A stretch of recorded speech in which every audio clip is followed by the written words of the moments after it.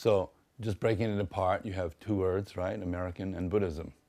So first, what's Buddhism? Would be a great thing to consider.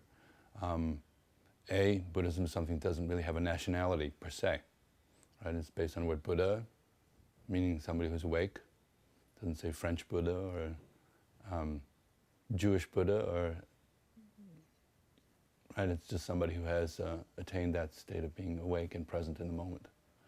So Buddhism is a whole other story, right? Buddha's in a way better to start with, right?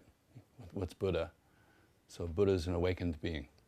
And then ism means how do you get there, as far as I'm concerned. Some kind of method, some teaching, some way of looking at things that maybe is passed along from one person to another. Ism means like there's some kind of transmission and lineage involved. Otherwise, we will just study directly with Buddha. We don't need ism, right? So the guy who was the Buddha is 2,600 years ago. So it's important that somehow there's some kind of continuity of that in terms of human beings talking to each other like we're talking and communicating with each other. So Buddhism has gone from many countries, right? Started in India. It's not that prominent in India anymore. What happened, right? What happened? It was there was an emperor named Ashoka in India who was a Buddhist emperor. You don't barely see much Buddhism in India. So from there it traveled to Tibet, China, Japan, smatterings leaking out to Europe, and now, for whatever reasons, which are, I think, interesting to look at, now it's popular in the United States to some extent, right? So American just means this is where the teachings are happening right now. That's all it means to me. Of course, then it gets flavored by the people's culture, right? So in Japan, Buddhism is kind of very austere and very pristine. Right? In Tibet, it's a little bit kind of more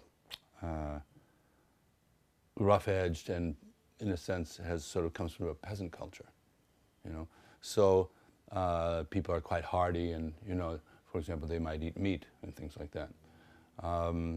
Chinese Buddhism, to a certain extent, is very hidden in the United States, but obviously China is a very important country in the development of Buddhism.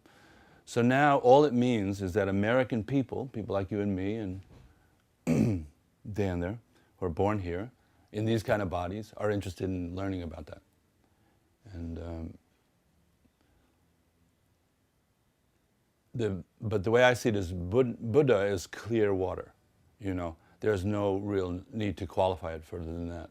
It either is or it isn't. Somebody either is or they're not awake. So if they have American and they happen to be pursuing that, the outer trappings might be different, but the essential quality of it is never going to be different, right? If you do Buddha, the essential quality is never going to be any different at all, but ism is going to change.